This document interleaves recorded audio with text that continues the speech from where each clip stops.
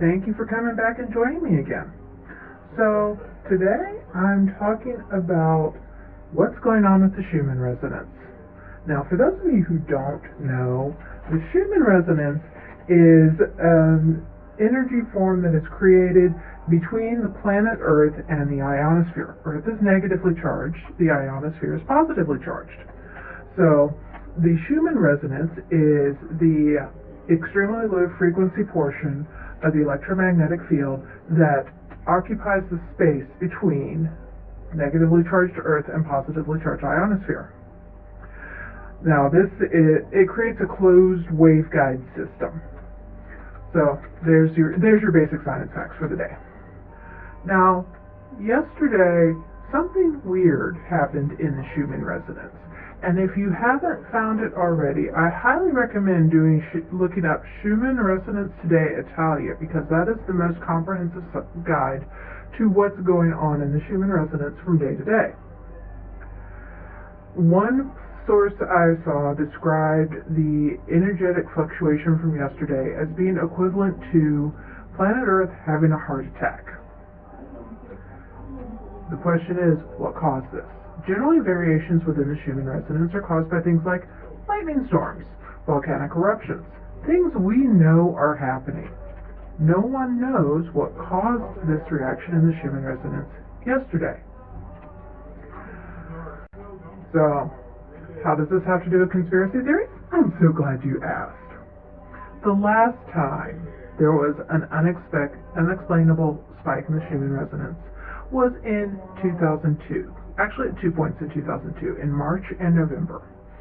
During those 2 points, the HAARP facility, the High Frequency Active Auroral Research Program, which is funded by DARPA, the Air Force, and the Navy jointly, was experimenting in artificial excitation of the Schumann Resonance as a way of sending messages covertly.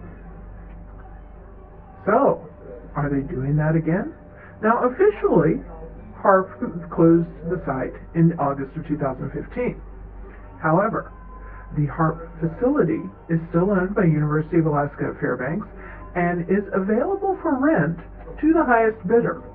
So anyone with the means can go in and affect the Schumann Resonance whenever they feel like it. So why would you do this? What would be the point of heating up the ionosphere with extremely low frequency electromagnetic waves? Well then, it turns out that human beings have a biomechanical response to what the Schumann Resonance is doing. And when the Schumann Resonance is out of frequency with what it normally is, I mean, we're normally talking 6 megahertz. This is low stuff.